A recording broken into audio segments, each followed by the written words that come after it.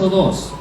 Primer libro de Samuel, capítulo 7, verso 1 y verso 2. Y cuando lo tenga, diga amén o gloria a Dios, aleluya.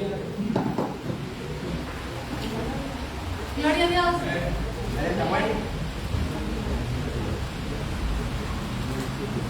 Amén. Aleluya. Primer libro de Samuel. Qué bueno es Dios.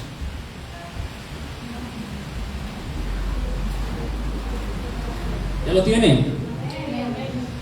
Aleluya. Primer libro de Samuel, capítulo 7, verso 1 y verso 2.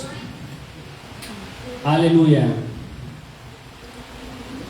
Y yo voy a leer en otra parte, hermano. Usted va a leer ahí, todos juntos lo van a leer ustedes. Y yo voy a leer enseguida en el segundo libro de Samuel, capítulo 6, verso 10 y 11. ¿Usted ahí dónde está? Amén. ¿Listos? Lo va a leer todos juntos a la cuenta de 3 y enseguida yo voy a leer la otra porción que les dije. Amén. 1, 2, 3.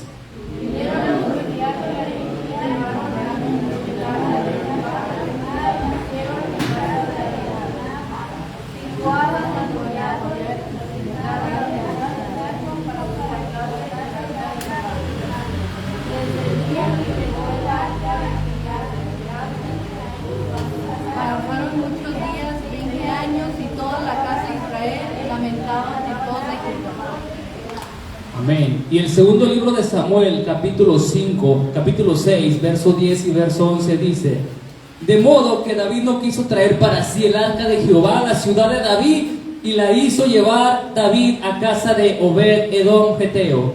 Y estuvo el arca de Jehová en casa de Obed Edom Geteo 3 meses, y bendijo Jehová a Obed Edom y a toda su casa. Vamos a orar. Padre, gracias por tu palabra. Gracias porque tú tienes algo especial y siempre nos hablas. Bendice las vidas, bendice los corazones, Señor, en el nombre de Jesús. Amén y amén. Ocupe su lugar, hermano. Diga: la presencia de Dios. La palabra de Dios nos muestra una historia muy interesante sobre el arca del pacto, hermanos, que contenía, el arca del pacto contenía las tablas de los 10 mandamientos que Dios le dio a Moisés ahí en el monte Sinaí, y estaban dentro de esa arca, nosotros podríamos describirla como una especie de caja.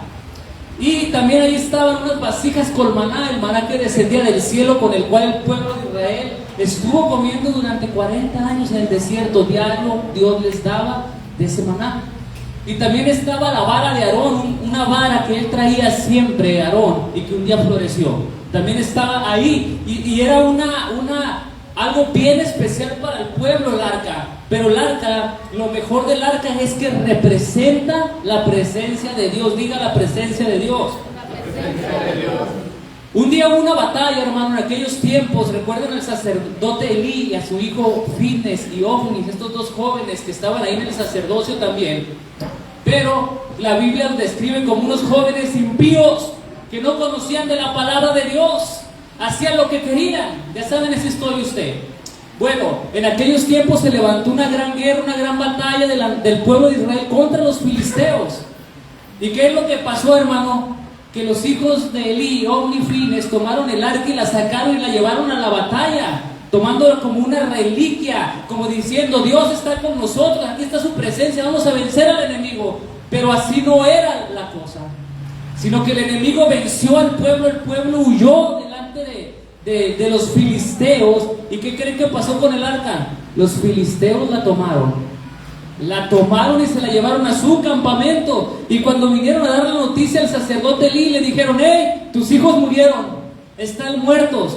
Y Elí era de 98 años, no recuerdo exactamente el número, 98 años, sentado en una silla, y le venía la noticia y le dijeron: y el arca fue tomada. Y cuando le dijeron eso, le dio una impresión y se fue para atrás y se desnucó, se golpeó y ahí murió.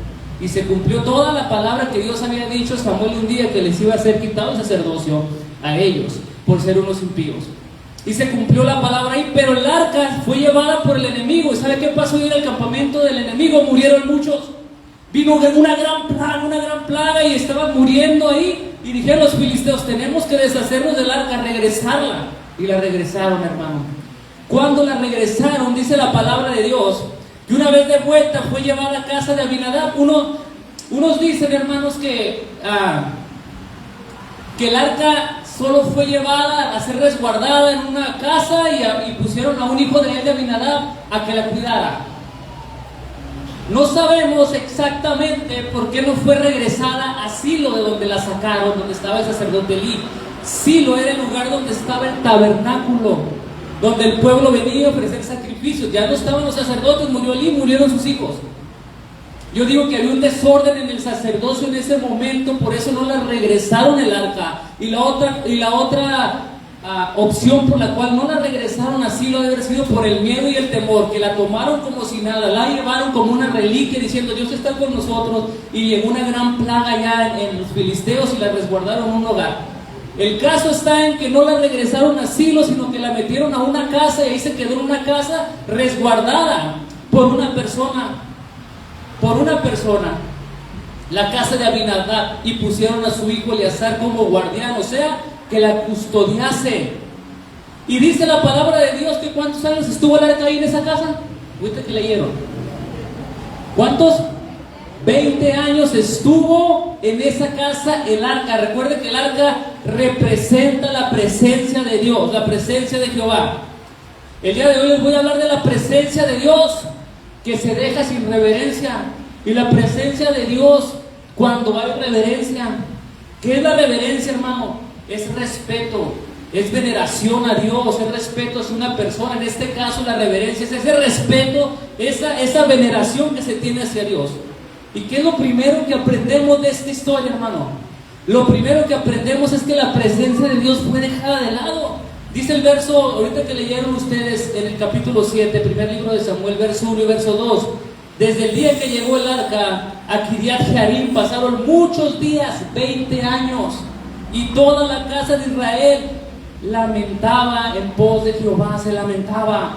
Pasaron 20 años y el pueblo se lamentaba.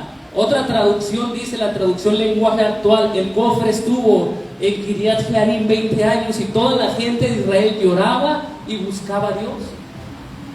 La gente estaba acostumbrada a ir al tabernáculo que estaba en Silo, ahí donde estaba el arca, a presentar su ofrenda, a aprender algo de Dios, a traer su petición, pero ya no estaba el arca ahí, ya estaba resguardada en una casa, y el pueblo se lamentaba, el pueblo lloraba.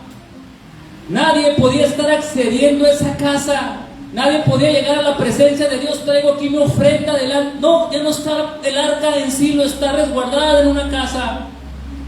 Y pasaron los años y se volvió algo normal, una costumbre normal entre la sociedad, entre el pueblo, de ya no ir a donde se adoraba a Dios continuamente, de ya no acercarse a llevar lo que se le llevaba a Dios continuamente. Se empezó a acostumbrar el pueblo de tal manera que ya no se le da importancia. La presencia de Dios ahí estaba y no se le estaba dando la importancia, se volvió una costumbre, algo cotidiano. ¿Sabe, hermano? El error que tienen muchos cristianos es que su vida espiritual deje de importarle y se vuelva algo cotidiano. Ay, el domingo toca la iglesia. O sea, está haciendo mucho calor. Deja de importarse lo mejor que es Dios y pone atención a otras cosas. Ay, es ir a la iglesia, estar soportando el calor delante de la presencia de Dios. Delante de la presencia de Dios, no saludar al hermano, a la hermana porque me cae gordo y me cae mal. Delante de la presencia de Dios, o sea, no se le da la reverencia de vida.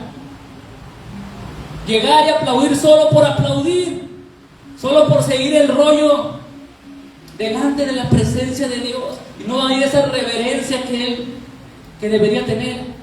Están las alabanzas y estás hablando con el hermano, estás distraído viendo a ver cómo vino la hermana, viendo cómo vino el hermano. Delante de la presencia de Dios no se le da la reverencia que debe tener.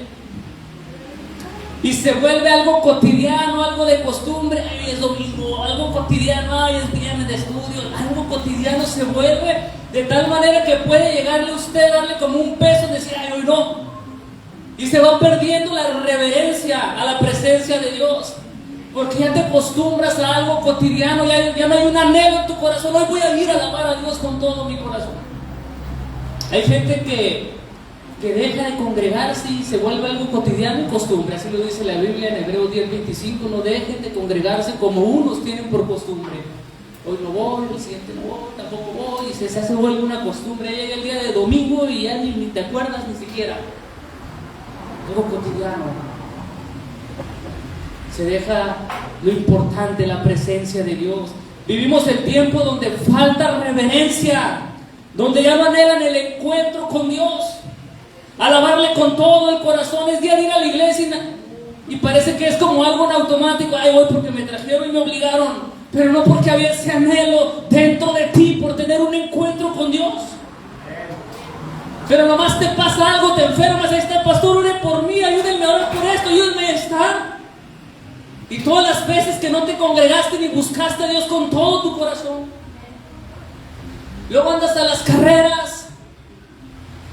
Llegas a las carreras, te sientas a las carreras, estás viendo el reloj, me quiero ir. Se ha perdido la reverencia delante de la presencia de Dios.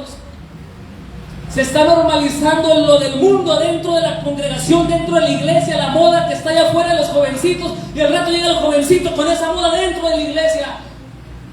Se pierde la reverencia delante de Dios y se le llama la atención. Oye, no vengas con esa minifalda, oye, no vengas así. Se ofenden y se van. Se ha perdido la reverencia delante de la presencia de Dios en estos tiempos. Y nadie se vaya a enojar, si se enoja ni modo. Se ha normalizado lo de allá afuera dentro de las iglesias. Y no es el mismo mover de años atrás a lo de los años actuales. Y es triste. Fue un tiempo difícil en ese momento, el tiempo de Israel, que perdieron el arca y la recuperaron y la resguardaron. La vida espiritual de la gente flaqueaba, pasaban los años y el pueblo se lamentaba y lloraba, porque ya no les iba bien, la situación estaba difícil, habían dejado de lado la presencia de Dios, no les importó ya dónde tenían la presencia de Dios. La presencia de Dios se había dejado de lado a la gente. Se acostumbraron a no ver el arca, no ir donde se adoraba a Dios. Se acostumbraron a estar guardada allá. No había sacerdote recto que dijera: volvamos a traer el arca a Silo, volvamos a llamar al pueblo que se presente a traer su ofrenda ahí del tabernáculo. No había ese líder que dijera: volvamos a hacer lo que hacíamos antes. Saquemos el arca de ahí donde está guardada y no puede acercarse nadie. No vi ese líder. 20 años estuvo ahí, en esa casa. No vi ese que dijera al pueblo y llamara al pueblo: volvamos al Señor con adoración y volvamos ante Él con reverencia. Volvamos, llamemos al pueblo, enseñémosles la palabra. No veo eso en esos 20 años. Alguien que quisiera regresar al servicio de Jehová, el arca donde estaba. Alguien que llamara al pueblo a decirle: deben de tener respeto a su presencia. Vivimos ese tiempo donde se ha perdido el amor por la casa de Jehová, donde no se respetan los altares. Tenemos bailarines entreteniendo a la gente en los altares sin temor a Jehová. Predicadores contando chistes y el público ya fuera risa y risa, y no se les predica la palabra que transforma a la gente. Esos tiempos son actuales. A conferencistas motivacionales, sino que no se les predica que se arrepientan del pecado, que no les enseñan la palabra. Tiempo donde la gente ama a engañadores con espíritu de adivinación, que solo hablan a su emoción. Necesitamos a un líder que predique la palabra y que haga volver al pueblo al corazón del Padre, al corazón del Padre. Alguien que motive a buscar más a Dios, una vida devocional de testimonio con fruto. Son tiempos donde han salido canciones donde Dios te canta a ti y solo está llenando tu emoción. Aquí nosotros cantamos a Dios, hacia Él, alabamos hacia Él. No cantamos que Él nos está cantando a nosotros.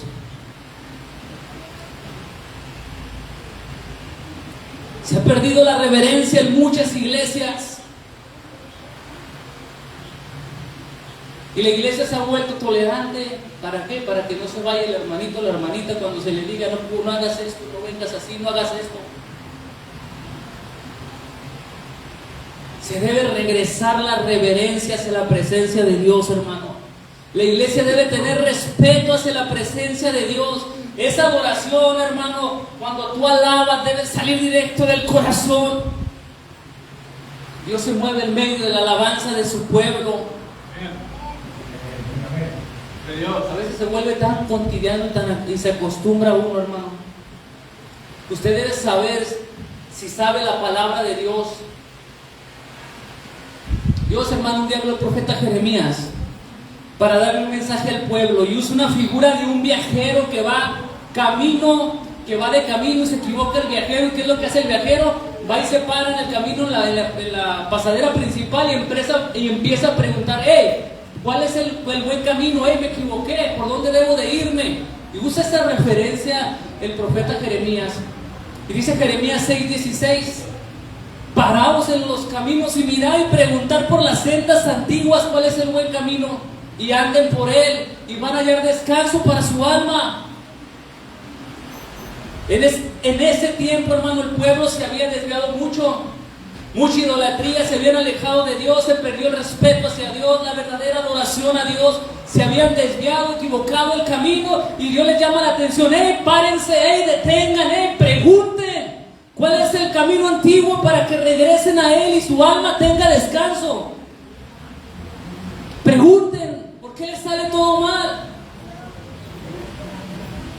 Solo, hermano, observe la iglesia en estos tiempos, en estos últimos tiempos, examine la palabra de Dios y se va a dar cuenta y reflexionar: por este camino no debemos andar por este. Esperen y pregunten cuál es la senda antigua. Pregunta, hermano, un cristiano de años a esos ancianitos cómo era la iglesia de su tiempo, en su juventud, y le van a decir seguramente había más reverencia allá, había más respeto allá. Pregunten. Y pregúntele cómo era la iglesia en su tiempo y cómo es la actual, y le van a decir eso: había más respeto allá, más reverencia allá. Se ha perdido mucho el respeto a la casa de Jehová en estos tiempos. Y ya les he dicho que me acuerdo de los años 90, estaba chiquillo yo, iba con mi mamá, y sí, mi mamá me obligaba muchas veces: vámonos.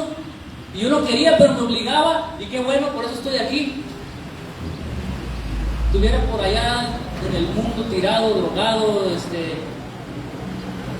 no, desde chiquillo me llevó. Y yo me acuerdo que yo ni quería, pero yo miraba a la iglesia, hermanos, hablando en lenguas, iniciaba el servicio, la hermanita hablando en lenguas, se terminaba la alabanza, seguía la predicación, testimonio, y la hermana hablando en lenguas, ya nos íbamos todos, se saludaban, se acababa, y la hermana hablando en lenguas. Yo no he visto eso. Ha cambiado mucho la iglesia, ya no hay reverencia ante la presencia de Dios. No hay reverencia ante la presencia de Dios.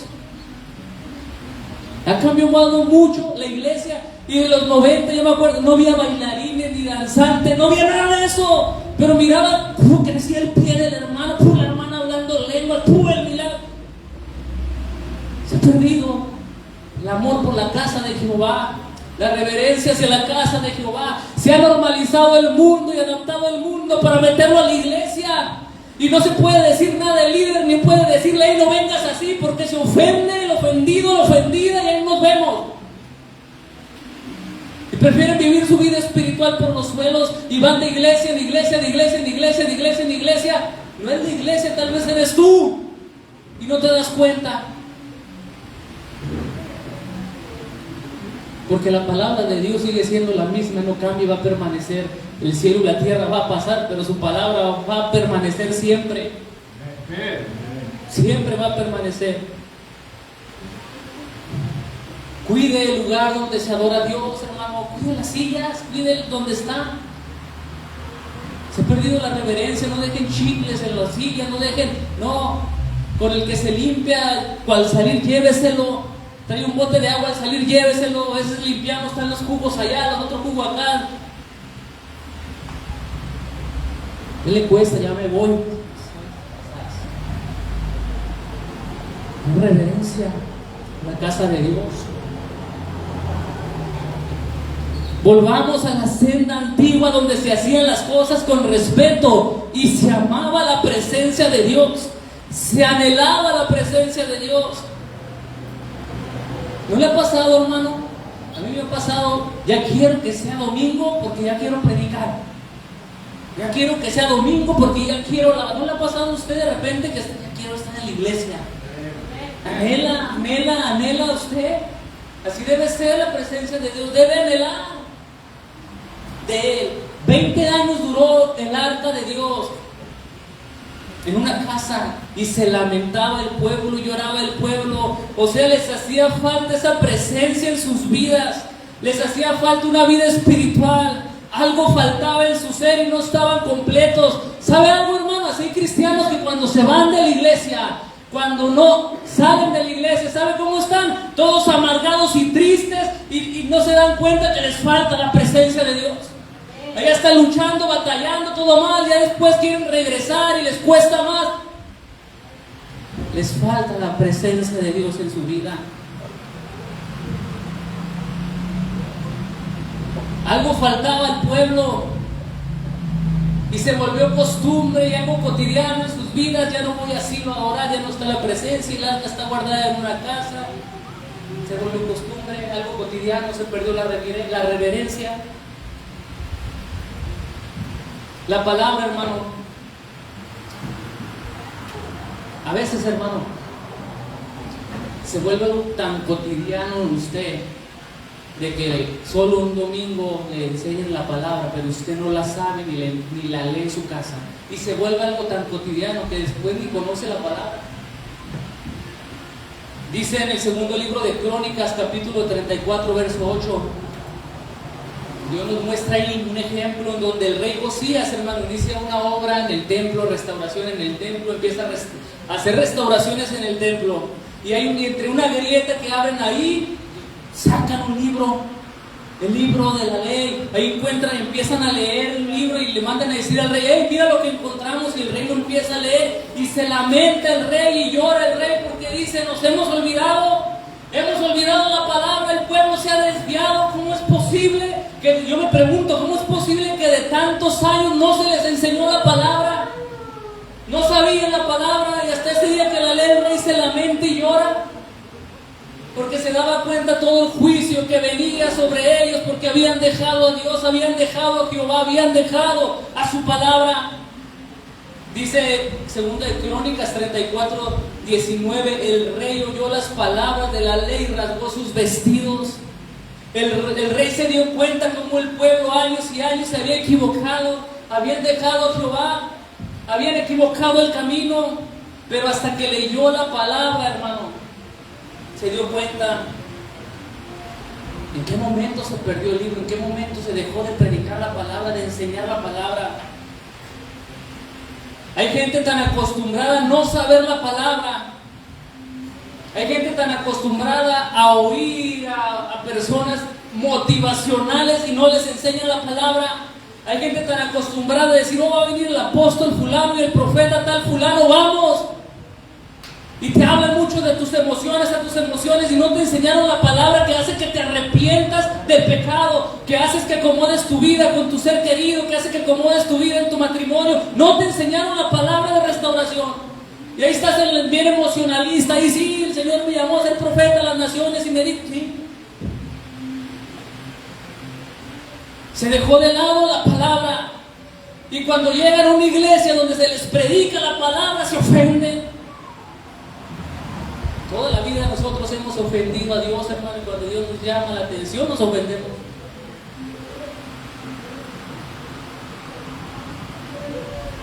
No les gusta que se les enseñe y se les predique la verdad. Los predicadores de estos tiempos ya no enseñan, hermano, que que ni los idólatras, ni los fornicarios, ni los borrachos, ni los adúlteros, ni los afeminados van a entrar al reino de los cielos. ¿Por qué? Porque así dice la palabra. No lo enseñan porque se ofende la gente y se va. No enseñan que nosotros somos salvos solamente por Jesucristo, por fe en Él, por fe en Él. Que el día que aceptamos a Jesús como nuestro único y suficiente Salvador, nuestro nombre fue escrito en el libro de los cielos. Y que somos salvos. No se les predica el evangelio de salvación, que deben arrepentirse. Y se deja la palabra de lado. La importancia de vida, la presencia de Dios se ha dejado de lado. Se ha perdido el respeto. El maestro Luis Ángel el viernes mencionaba los que andaban bailando reggaetón cristiano y moviéndose el que le llaman el perreo de esa manera. Se ha perdido la reverencia hacia el lugar santo, hacia el lugar donde está la presencia de Dios.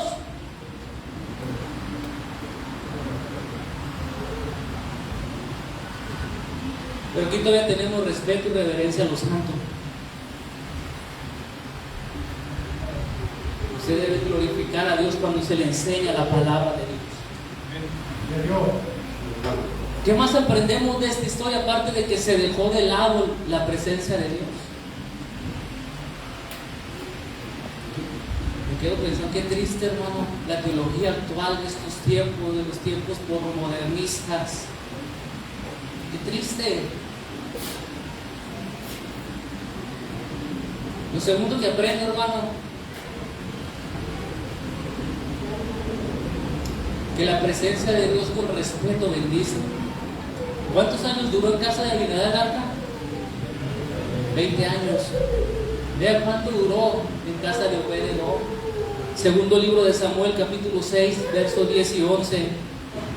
De modo que David no quiso traer para sí el arca de Jehová a la ciudad de David, y la hizo llevar David a casa de Obed-Edom Geteo.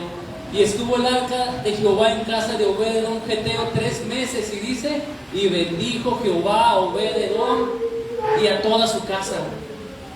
Obed-Edom, hermano, era oriundo de una ciudad levita, vivía en una ciudad levita. O sea que convenía el arca permanecer ahí, porque los levitas eran los que debían encargarse de cuidar el arca, de transportar el arca, de acercarse al arca. Los de levitas tenían sus deberes de cuidar el arca, el tabernáculo, el lugar sagrado y todo lo sagrado que tenía que ver con Dios. Y empezó a haber bendición, hermano. Ahora el arca estaba con los levitas y así debía ser. Ahora estaba en un lugar donde había reverencia, donde había respeto a la presencia de Dios, donde había conocimiento a la presencia de Dios. Vea la diferencia. Y Dios bendijo a Obed-Edom y a toda su casa. Cuando estás, hermano, respetando la presencia de Dios, cuando tienes reverencia a la presencia de Dios, hermano, eso nos lleva a bendición, nos lleva a vivir una vida en su presencia. Cuando vives en la presencia de Dios, empiezas a fluir en las cosas de Dios, empiezas a fluir en toda área de tu vida, en la sanidad. Cuando andas en la presencia de Dios, hay cielo abierto. Cuando andas en la presencia de Dios, Dios te sorprende. La bendición cae a tu alrededor, hermano, y los que habitan contigo, todos de tu casa. Hay hijos bendecidos porque hay padres que tienen la presencia de Dios. Y también hay padres que son bendecidos porque hay hijos que respetan y reverencian a Dios.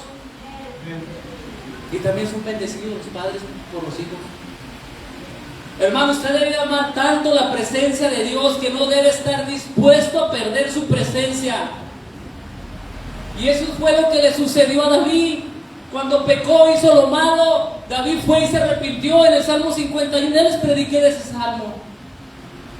Él dijo, no alejes de mí tu Santo Espíritu. No estaba dispuesto a perder la presencia de Dios. David sabía que Saúl perdió la presencia y le fue quitado el reino y le fue muy mal a Saúl y murió Saúl. David había pecado, llega, se arrepiente con todo su corazón y dice, no alejes de mí tu presencia, no quites de mí tu Santo Espíritu. Y usted nunca, hermano, nunca, si no sienta el Espíritu Santo, usted debe correr desesperado a Dios y decir: no, no, Señor, no alejes de mí tu Santo Espíritu. Debe amar usted mucho la presencia de Dios. Y eso fue lo que sucedió con Moisés, hermano. Moisés tenía una comunión especial con Dios, una presencia de Dios tan hermosa, que vio a Dios cara a cara. Una presencia de Dios que hablaba con él, hermano, seguido. Éxodo 33, hermano, 14 y 15. Le dijo Moisés a Dios que él quería que fuera su presencia con él. Le dijo: mi presencia irá contigo y te daré descanso. Y Moisés le respondió: si tu presencia no ha de ir conmigo, no nos saques de aquí. Moisés tenía un gran trabajo que realizar con el pueblo, dirigir al pueblo, un pueblo de dura cerviz, hermano, un pueblo que les faltaba mucha educación, un pueblo que les faltaba mucha instrucción. Tenía que dirigir un pueblo que tenía que cambiar su mentalidad de esclavo, un pueblo duro, difícil. Tenía que dirigirlo, y Moisés sabe, y él entiende: yo con mis fuerzas no puedo, yo no voy a poder. Si tu presencia no va conmigo, no nos saques, no voy. Moisés sabe, hermano, que la presencia de Dios es garantía de éxito. ¿Cuántos saben que la presencia de Dios es garantía de éxito? Moisés sabe que su presencia, hermano, es garantía de victoria. Moisés sabe que si va a Dios, tiene las victorias ganadas. Moisés sabe que necesita de Dios para realizar esa gran comisión de trabajo que le estaba enviando a hacer Dios. Hay creyentes, hermano, que no aman la presencia de Dios y viven luchando y luchando y batallando y batallando.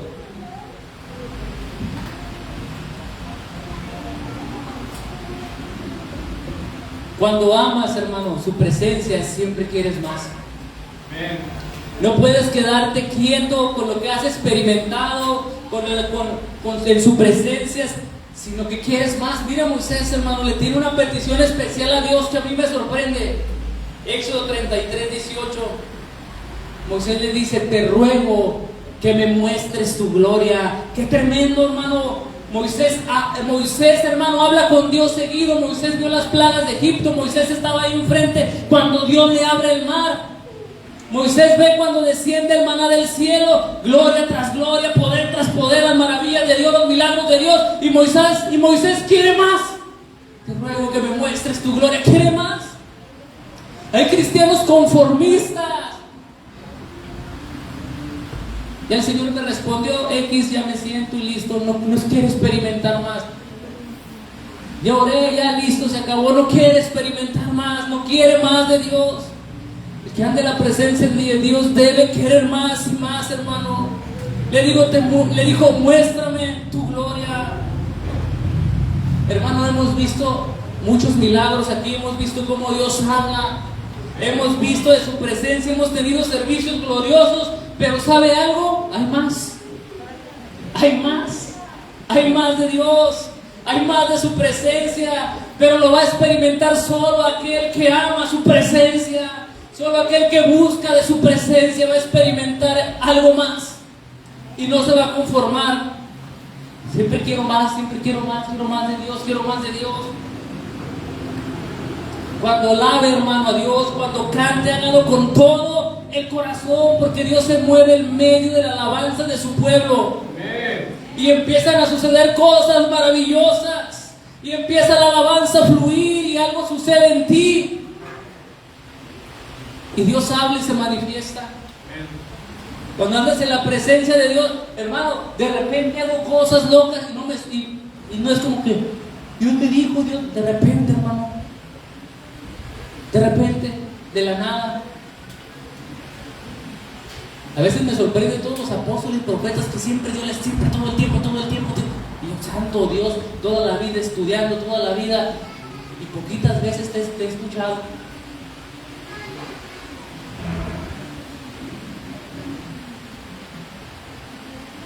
La palabra de Dios, hermano, siempre me ha hablado. La palabra, lea la palabra, lea la palabra, lea la palabra, lea la Biblia, lea la Biblia. Y yo me acuerdo de esa palabra, como dice la palabra, es como martillo que ahí está. Y yo me acuerdo que estaba sobre mí. Aquí hay alguien que no puede tener hijos, acá hay alguien que no, y yo predicando, de aquí hay alguien que no puede tener hijos aquí. Hermano, si no lo digo, no tengo descanso. Y yo cuando dije, pues voy a decir, a ver si no quedo en vergüenza. Pero no digo, no avergüenza a nadie. Aquí hay alguien que no puede tener hijos. Dije, yo esperaba en mi mente 2 personas que vinieran corriendo. Yo esperaba. Pero Dios me sorprendió cuando Luis dice, hey, yo no puedo. Acá me volteo, me sorprendo, ¿qué? Y ese mismo día, ya después nos dijo en la tarde que acaban de hacerse el estudio es el aparato ese donde les dice positivo o negativo, no sé. Lo que pasa es que ya habían tenido otros 2 que no se habían logrado, ¿verdad? Algo así. Y hasta les daba miedo. Pero ese mismo día pasó. Adiós. Y dijo, bueno, vamos a orar por ti. Dios sorprendiendo, hermano. Allá hasta atrás Leo ya nació. Gloria a Dios. Ya nació, ya está atrás Leo. Son las maravillas de Dios, los milagros de Dios. Los dones de Dios se manifiestan no cuando a uno se le da la gana. Están bajo el Espíritu Santo y se manifiestan conforme a la necesidad de la iglesia. Conforme a la necesidad de la iglesia. El éxito es escuchar a ver qué quiere ser Dios. De que hay 20 enfermos, yo ahorita los voy a sanar, declaro, decreto. Quítate todo eso de tu cara, de tu mente. Llénate la presencia de Dios y Él va a decir, Él va a guiarte, te va a decir por dónde y no va a haber falla. Y no va a haber falla. Cuando cantes, alábale con todo el corazón. Con todo el corazón, hermano, y van a suceder maravillas. En casa de Abinadab, hermano, estuvo la presencia de Dios 20 años y no veo que la palabra de Dios me diga y fue bendecido Abinadab y sus hijos y todo su alrededor. ¿Usted lo lee? No dice eso. Al contrario, por falta de reverencia, después murió otra persona cuando quisieron transportar el arma, alguien la tocó y luego murió. Y dijo David, no la traigan para acá, llévensela a la presencia de Dios a otro lado. Y la metieron a casa de Obed-Edom.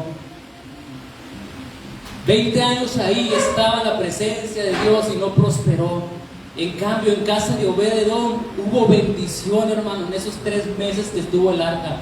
Cuando a David le dijeron, hey, David, rey David, en casa de Obed-Edom está bien bendecido y bendijo toda su casa, todos alrededor. David dijo, hay que traernos el arca. Hay gente, hermano, dentro de iglesias, hermano, que viven estancados, que no avanzan, que están batallando, siempre enfermos, siempre en lucha, siempre en problemas, siempre no avanzan. Tampoco avanzan en su servicio a Dios. Y se quedan estancados y ya no buscan más ni quieren más. Y pueden pasar los años y pueden seguir ahí sentados y se pueden acostumbrar tanto que ya no esperan más de Dios ellos mismos porque están tan acostumbrados a estar sentados y no hacer nada. Y de repente llega uno nuevo, lleva 3 meses y ya Dios lo está usando, ya Dios está haciendo algo con él, ya Dios le dio un plan tremendo. Hay gente con reverencia a Dios y otros que no tienen reverencia a Dios y su vida batallando. Y de repente ves al nuevo y Dios lo está bendiciendo y uno puede decir, Señor, y yo, tal vez te falta reverencia a la presencia de Dios. Tal vez falta que tenga respeto a la presencia de Dios.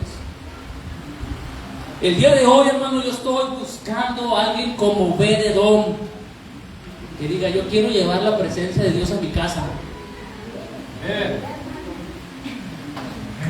Estoy buscando a alguien como Obed-Edom que diga, David, el arca, échala para acá, va a ir a mi casa. Que quiera la presencia de Dios en su vida.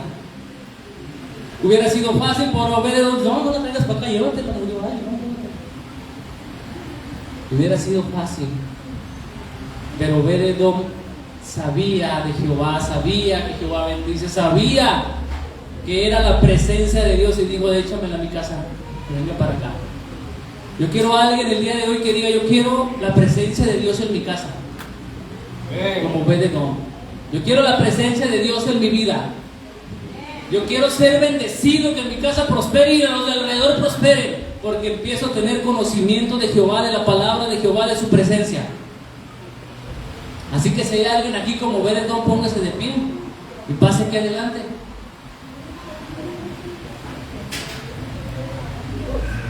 Yo no quiero que 20 años y nada sucedió. 20 años en su casa y nada. Al contrario, puro lamento y lloro había. Y alguien como Obed-Edom, que yo quiero esa presencia.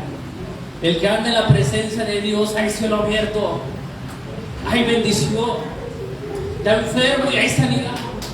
Necesito un milagro y hay un milagro. Pase aquí adelante. ¿Quién quiere la presencia de Dios en su vida, en su casa? Quiero a un Obed-Edom. Aleluya. Y vamos a orar todos juntos. Y mientras está la alabanza, mientras está fluyendo la alabanza, alabe, órele a Dios, alabe, órele a Dios.